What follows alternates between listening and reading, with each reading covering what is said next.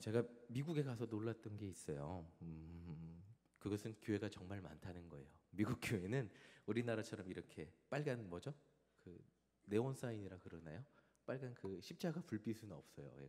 한국이 정말 많죠. 한국은 이 남산에 올라가서 보면 십자가 이렇게 많고, 특히 뭐 아파트 같은 데 가서 봐도 십자가가 정말 많잖아요. 근데 미국 가서는 올라갔던 것은 교회야 우리나라도 많으니까 놀라지 않을 수도 있는데, 놀라운 것은 교단이 정말 많다는 거예요. 교단이 많아요.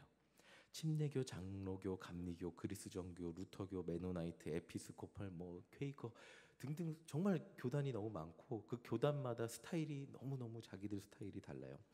다양했습니다. 물론 우리나라 장로교, 제가 그래서 설교 전에 찾아봤더니 셀 수도 없게 많더라고요. 우리나라 장로교 분파 찾아봤더니 100개는 가볍게 넘어가는 것 같아요. 물론 우리나라 장로교도 뭐 이렇게 굉장히 많지만 미국은 굉장히 다양한 교파들이 있었습니다. 그리고 실제로 교회를 방문해서 예배를 드려보면 제가 평생 처음 드려보는 예배의 모습도 경험을 하게 됐어요. 제가 익숙한 예배라고 생각하는 예배의 모습, 이런 한국식 부흥회, 저도 성령 운동하는 교회에서 자랐기 때문에 한국식 부흥회에 익숙한데 이런 모습이 진짜 예배인가 싶었던 교회도 있었습니다. 사실 제가 미국에 가면서 기대했던 예배는 열린 예배라고 불리우는 예배 사진 제가 준비했거든요. 보여주세요. 요 다음 보여주세요. 이런 이제 굉장히 대형 교회, 뭐 최소 1,000명, 한 뭐 만 명까지는 모르겠어요. 한 5,000명 이상 들어가는 그런 교회에서 예배를 드려보는 그런 걸 기대했어요. 굉장히 찬양을 좋아했기 때문에 멋진 음악, 멋진 조명, 막 이렇게 화려한 것들. 그래서 간결한 예배 순서를 가지고 있어요. 이런 교회들은 굉장히 간결한 예배 순서를 가지고 있죠. 찬양, 설교, 광고, 기도, 축도 이러고 거의 헌금 뭐 이러고 거의 이 정도 순서밖에 없는데, 이런 것들을 경험해 보길 원했어요. 그래서 우리가 대형 교회라고 부르는 메가 처치들은 그런 예배 순서를 가지고 예배를 드리는 교회들이 있었어요. 근데 의외로 동네들, 이런 동네 교회들, 100명 안 되는 교회, 100명 좀 넘는 교회, 이런 작은 교회들이 자기만의 스타일과 전통을 가지고 예배를 드리고 있었습니다. 교단이 비슷해도 인종이 다르면, 그리고 언어가 다르고 문화가 다르면 다른 예배의 모습을 보여주었습니다. 남미교회 사람들은 3시간씩 예배 드리는데 매주 부흥회를 하는 듯한 모습을 보였어요. 제가 있던 한인교회를 오전에만 예배 드리니까 오후에는 교회를 빌려줬어요. 그러면 이제 남미교회 애들이 와서 예배를 드리는데, 애들이라고 해서 죄송합니다. 남미교회 성도님들 음정이 안 맞아요. 음정이 잘 안 맞아요. 음정이 안 맞는데 그 사람들은 너무나 신나게 찬양하고, 제가 살짝 가서 보니까 계속 처음부터 끝까지 이렇게 두 손을 들고 막 예배 드리는 모습도 봤습니다. 미국이라는 나라에서 참 다양한 예배의 모습을 볼 수 있었는데, 제가 가장 기억에 남는 건 지난번에 말씀드린 그리스 정교회였습니다. 자, 기원 후 400년의 모습을, 400년, 기원 후 400년이니까 지금으로부터 한 1600년 전 예배의 모습을 간직하고 있다고 저한테 자랑을 했었는데, 우리나라로 치면 고구려 백제 신라 시대 때 모습을 간직하고 있는 그런 셈이 되는 거예요. 이분들의 예배 모습은 정말 제가 처음 경험해 보는 것이었어요. 한번 넘겨주세요. 사진 한번 보여주세요. 요 다음 거 보여주세요. 요렇게 생긴 교회였는데 우리 교회에 한 4분의 1밖에 안 됐어요. 근데 이 목사님 사제라고 불리우는 분이 이렇게 교회 예배당을 이렇게 이렇게 황금색으로 된 거를 찡찡찡찡 이렇게 흔들면서 계속 빙글빙글 돌아다니시더라고요. 근데 나중에 물어보니까 이게 오나먼트래요. 그러니까 성스러운 향이 나는 거를 이렇게 돌아다니면서 딩글딩글 이렇게 하시는데, 우리의 오감으로 예배를 드려야 된다고 향기도 퍼뜨리면서 이렇게 예배를 드리는 모습을 봤습니다.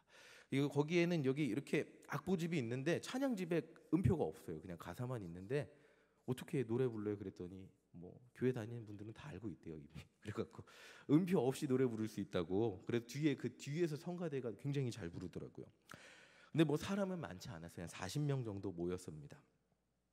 자, 이렇게 다양한 예배의 모습을 가서 저도 이게 진짜 예배 드리는 건가? 저는 사실 은혜는 하나도 못 받고 적응하느라 따라가느라 되게 바빴는데, 근데 반면에 미국이 기독교 국가잖아요. 그러니까 너 종교가 뭐야? 물어보면 I'm a Christian.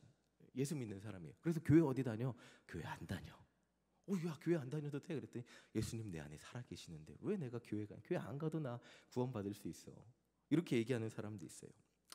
자, 굳이 교회 나가지 않아도 나는 예수님 살아계시고 굳이 예배 안 드려도 예수님 나와 동행하셔. 나는 구원의 확신이 있어.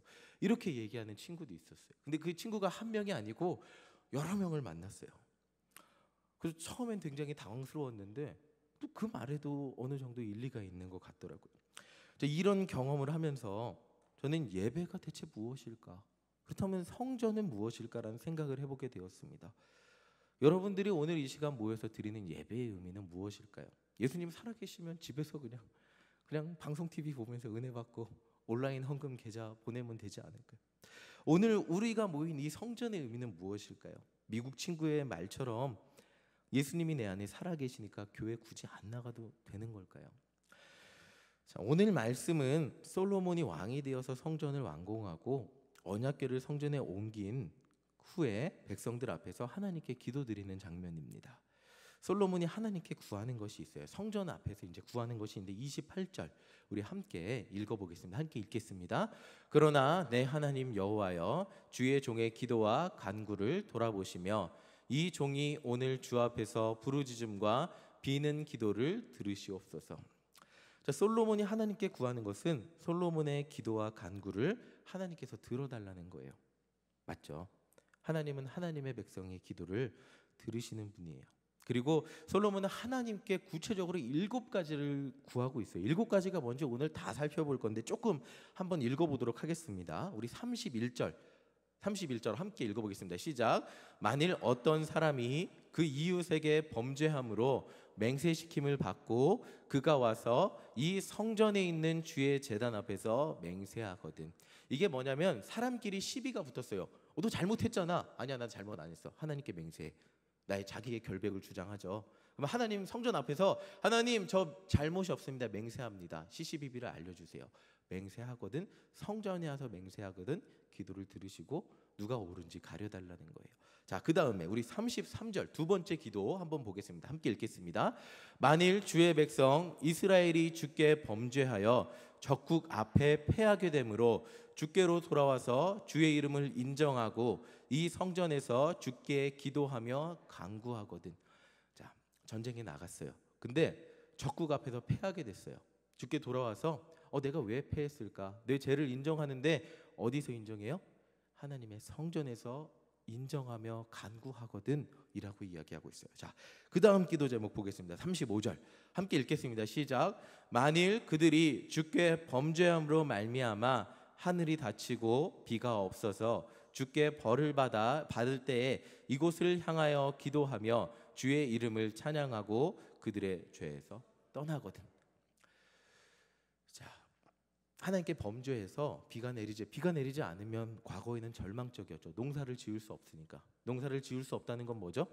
먹을 음식이 없다는 거죠. 굶어 죽는다는 걸 의미해요. 굉장히 절박한 상황에서 이들이 어디를 향하여 기도한다고요? 성전을 향하여 기도하며 주의 이름을 찬양하고 그들의 죄에서 떠나거든 하나님 들어달라는 거예요. 자, 그리고 그 다음 기도 제목 우리 38절 함께 읽어보겠습니다. 시작. 한 사람이나 혹은 주의 온 백성 이스라엘이 다 각각 자기의 마음의 재앙을 깨닫고 이 성전을 향하여 손을 펴고 무슨 기도나 무슨 간구를 하거든. 자, 이게 삶 가운데 재앙이 37절을 보면 여러 가지 재앙을 이야기하고 있어요. 재앙이 일어났을 때 왜 나한테 재앙이 일어나? 이게 아니라 자기의 마음에 내 죄 때문에 재앙이 일어났구나. 그리고 하나님 내 삶 가운데 재앙이 일어났습니다 하고 어디를 향하여 기도한다고요? 성전을 향하여 기도하고 있습니다. 자, 그 다음 기도 제목 우리 41절 42절 우리 함께 읽어보겠습니다. 시작.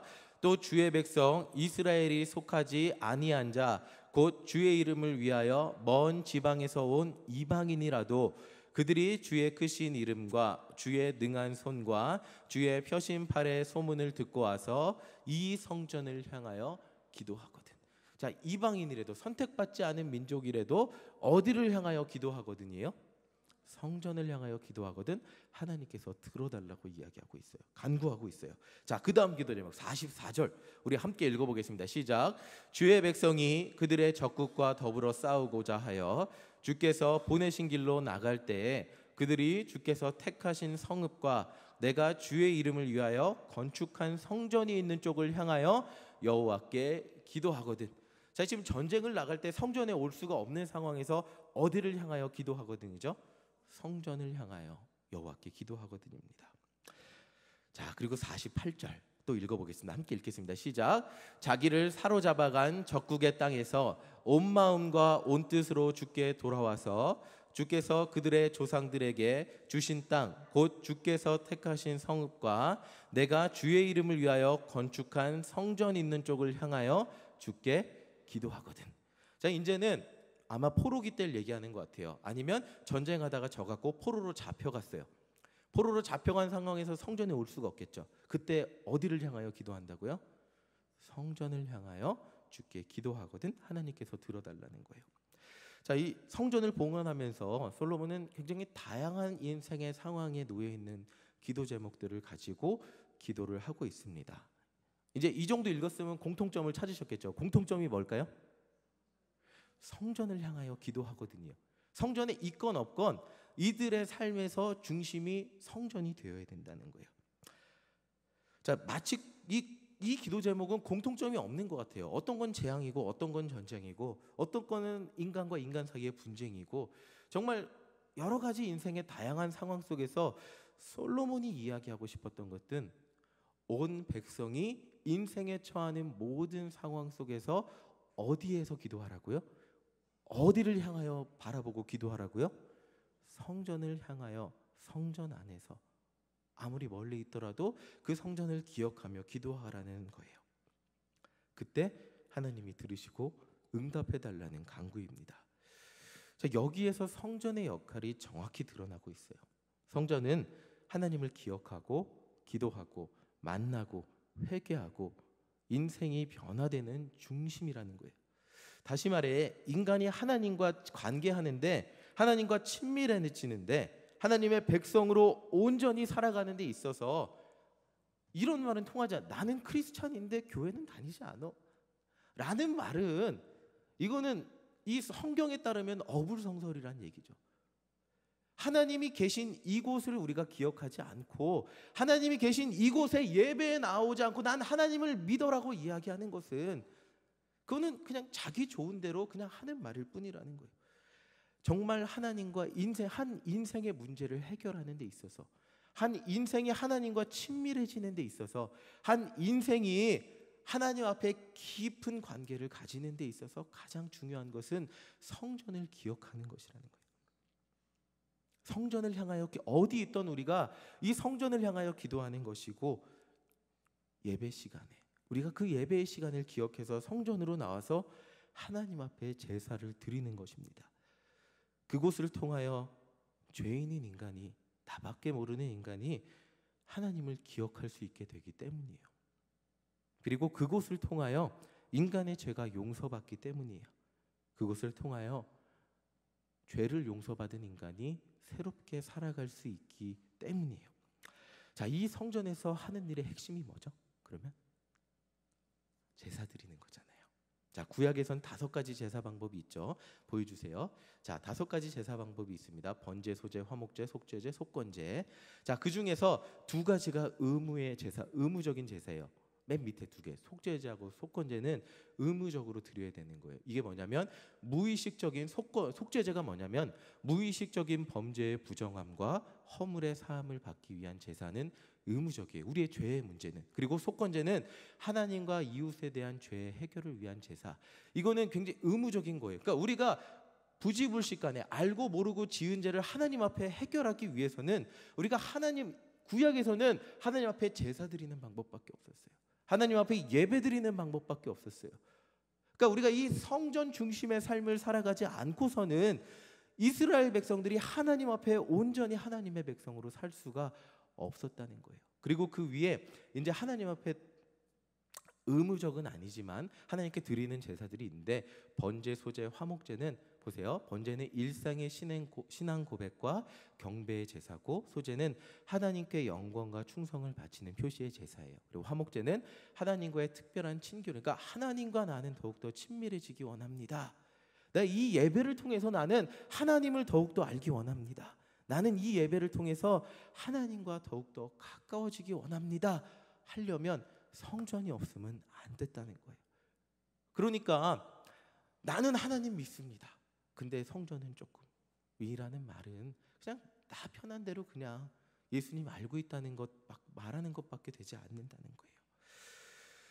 자, 이 솔로몬이 기도한 것 같이 이 성전에서 혹은 성전에 갈 수 없는 상황에서의 백성들이 성전을 향하여 하나님 앞에 회개하고 간절히 기도할 때 하나님께서 들으시고 응답해 주셨다는 거예요.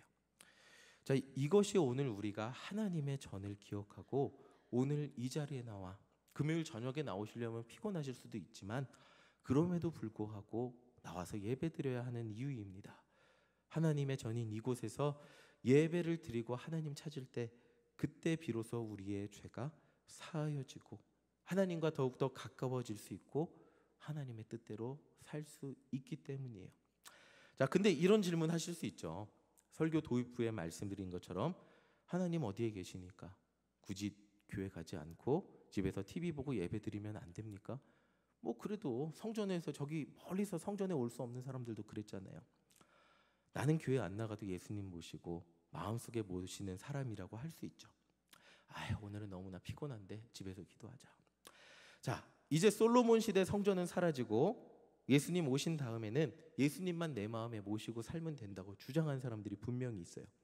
자, 이것을 위해서 8장 27절 솔로몬의 고백을 함께 보겠습니다. 함께 읽겠습니다. 시작. 하나님이 참으로 땅에 거하시리이까 하늘과 하늘들의 하늘이라도 주를 용납하지 못하겠거든 하물며 내가 건축한 이 성전이오리이까. 자, 솔로몬도 하나님이 그 작은 성전 안에, 물론 인간이 볼 땐 크죠. 그러나 하나님이 이 작은 성전 안에 계실 거라고 생각하지 않았어요. 참으로 진짜 하나님 땅에 계시겠습니까? 정말 저 높은 하늘이라도 하나님을 담지 못할 건데 어떻게 이 성전 안에 하나님이 계시겠습니까? 위대하신 하나님이, 공간과 시간의 제약을 받지 않는 하나님이 어떻게 이런 장소의 제약을 받으시겠습니까? 이것을 인정하고 있는 거예요. 지금이나 뭐 솔로몬 때나 똑같은 거예요. 근데 그럼에도 불구하고 솔로몬이 구하는 게 있어요. 45절 우리 함께 읽어보겠습니다. 함께 읽겠습니다. 주는 하늘에서 그들의 기도와 간구를 들으시고 그들의 일을 돌아보고. 자, 이게 뭐냐면 성전을 통한 기도를 다 마치고 하나님 앞에 기도하는 거예요. 하늘에서 그들의 기도와 간구를 들으시고요. 이스라엘 백성들은 성전을 향해 기도하는데 하나님은 그 성전을 통해서 올라오는 기도를 들으시고 그들의 일을 돌아봐 달라고 간구하고 있는 거예요. 자, 오늘 솔로몬 기도의 핵심은 바로 이 성전에 있다는 거예요. 이 성전을 이스라엘 백성들이 하나님의 전을 잊지 않고 하나님이 그들과 함께하는 임재를 잊지 않고 성전 안에서 성전을 바라보며 기도할 때 하나님께서 들으시고 응답해 달라고 기도하고 있는 거예요. 자, 이것이 신약에 오면 이런 고백으로 변화가 돼요. 에베소서 1장 23절 함께 읽겠습니다. 시작. 교회는 그의 몸이니 만물 안에서 만물을 충만하게 하시는 이의 충만함이니라. 교회는 예수님의 몸이라고 하고 있습니다. 다시 말해 구약의 성도들이 성전을 바라보며 하나님을 바라보고 기도했다면 우리들은 이제 교회에서 예수님의 십자가를 바라보며 예수님의 사랑을 깨닫고 만나고 친밀해져서 그것을 통하여 십자가를 통하여 하나님을 바라보게 되는 것입니다. 십자가를 통하여 우리의 기도를 하나님께 드리는 것이고, 자, 우리가 괜히 예수님의 이름으로 기도드립니다 라고 하는 거 아니겠죠. 자, 유초등부 아이들이 저에게 물어봐요. 왜 목사님 기도 끝날 때 굳이 꼭 예수님의 이름으로 기도해요? 라고 물어봐요. 자, 저도 습관적으로 이게 어려서부터 됐지만 예수님이 우리의 중보자가 되셔서 하나님 앞에 우리의 기도를 올려드리기 때문이잖아요. 자, 우리가 오늘날 이 성전에서 이곳에서 예수님의 십자가를 바라보고 기도할 때 하나님께서 들으시고 응답하신다는 거예요. 자, 오늘날 교회가 흔해지고 교회 다니기가 점점 편해집니다. 너무 쉽죠. 교회 나오는 게 너무나 쉽습니다. 쉽게 생각해요. 일주일에 한 번 나오면 충분한 종교 생활로 생각하기도 해요. 그러나 교회는 우리가 우리 인간의 죄를 다시 한번 깨닫게 되는 곳이에요. 그리고 그 죄가 사해지는 곳이에요. 그리고 우리 삶의 수많은 문제를 가지고 예수님의 십자가를 통하여 하나님 앞에 기도하는 곳입니다. 그리고 가장 중요한 것, 살아계신 예수님, 주님 없이는 살 수 없는 그 십자가의 구원의 은혜를 다시 한번 체험하는 곳이 이 교회이고 성전이라는 거예요. 이 모든 것은 우리가 드리는 예배를 통해서 이루어지는 것입니다. 오늘 예배를 통하여 세상을 바라보았던 우리의 눈이 이 자리에 앉아서 다른 것을 바라보는 것이 아니라 십자가를 바라보게 되시기를 간절히 소망합니다. 십자가 앞에서 먼저 우리의 죄가 깨달아지고, 정말 아까 말씀드렸듯이 그 제사를 통하여, 우리의 회개를 통하여 하나님과 가까워지고 하나님과의 관계가 회복되어서 더욱더 하나님과 친밀한 관계가 되는 저와 여러분들이 되시기를 간절히 소망합니다. 그래서 우리가 어디 거할지라도 하나님이 계신 이 성전을 바라보며 예수님이 중심이 되시는 인생을 살아가시기를 소망합니다. 자, 마지막으로 바울이 교회를 무엇이라고 했는지 살펴보겠습니다. 우리 21절, 에베소서 1장 21절, 22절인데요. 함께 읽어보겠습니다. 시작. 그의 안에서 건물마다 서로 연결하여 주 안에서 성전이 되어가고 너희도 성령 안에서 하나님이 거하실 처소가 되기 위하여 그리스도 예수 안에서 함께 지어져 가느니라. 바울은 이 건물만 성전이 아니라 이 자리에 앉아 계신 성도님들이 하나의 건물이고 서로 연결되어 하나 될 때 하나님이 거하실 처소가 된다고 이야기하고 있어요. 근데 보시면 21절 마지막에 보면 예수 안에서 함께 지어져 간다는 거예요. 그러니까 여러분들이라는 마정훈이라는 벽돌이 쌓이고 그 위에 우리 이하늘이라는 벽돌이 쌓이고 김시환이라는 벽돌이 쌓여서 하나 이렇게 쌓여서 하나님의 전이 지어져 간다는 거예요. 정말 교회를 쉽게 생각하는 이 세상 속에서 집 앞에도 교회가 있고 이 근처에도 성도교회, 남대문교회, 오늘 제가 전도마차 나가니까 성남교회도 있고 후암제일교회도 있고 금옥교회도 있고 정말 다양한 교회 다니는 분들을 많이 만났어요. 이렇게 교회가 굉장히 많은 세상 속에서 우리는 굳이 일신교회를 다니고 있어요. 그 이유가 뭘까요? 하나님 여러분들을 부르셨기 때문이에요. 그냥 내가 일신교회를 정해서 나온 게 아니라는 거예요. 부르셨고 이 교회의 벽돌이 되라고 부르셨기 때문이에요. 그리고 하나님은 여러분들을 벽돌 삼아서 하나님이 계시는 처소를 지어가고 계세요. 그렇다면 만약 우리 교회 벽돌이 빠진다면 어떻게 될까요? 여러분들 중 한 분이 그래 나 교회 옮기는, 집 앞으로 옮기는 거 너무나 쉽겠죠. 너무나 편안한 교회, 다른 교회 많아요. 많다고 이야기하는 거 쉽겠죠. 그러나 일신교회라는 벽돌이, 일신교회라는 건물 안에 하나의 벽돌이 빠진다면 그 구멍은 하나는 안이 보이는 그냥 흉하는 구멍일 뿐이겠죠. 그러나 하나, 두 개, 세 개, 네 개 빠진다면 결국 그 건물은 지탱할 수 없을 겁니다. 이것이 교회입니다. 하나님이 부르신 이 일신교회 벽돌인 여러분들이 빠지면 안 되는 것이 일신교회입니다. 그냥 일신교회 나오는 것이 아니라 하나님이 여러분들 부르셨습니다. 하나님은 이곳에서 여러분들 만나시고 이 예배를 통하여 여러분들의 죄를 깨끗하게 만드시길 원하시고 또 하나님과 더욱더 친밀한 관계가 되기를 간절히 소망하십니다. 오늘 여러분들을 부르신 이 자리에서 예배 드릴 때, 기도할 때, 찬양할 때 하나님을 만나시고 응답받는 귀한 시간 되시기를 간절히 소망합니다. 나는 일신교회 교인이야 라는 것이 얼마나 하나님의 귀한 부르심인 것을 깨달으시기를 간절히 소망합니다. 그리고 솔로몬의 기도처럼 이 성전을 향하여 우리가 이 성전 안에서 정말 이 성전을 소중하게 여기는 마음을 가지고 간절히 기도할 때 하나님께서 들으시고 응답하신다는 확신 또한 오늘 가지며 기도하시기를 간절히 소망합니다. 하나님은 분명히 들으시고 여러분들의 기도를 오늘 간절히 기도하실 때 분명 응답해 주실 겁니다. 우리 이 시간 만주해 주세요. 우리 함께 기도하겠습니다.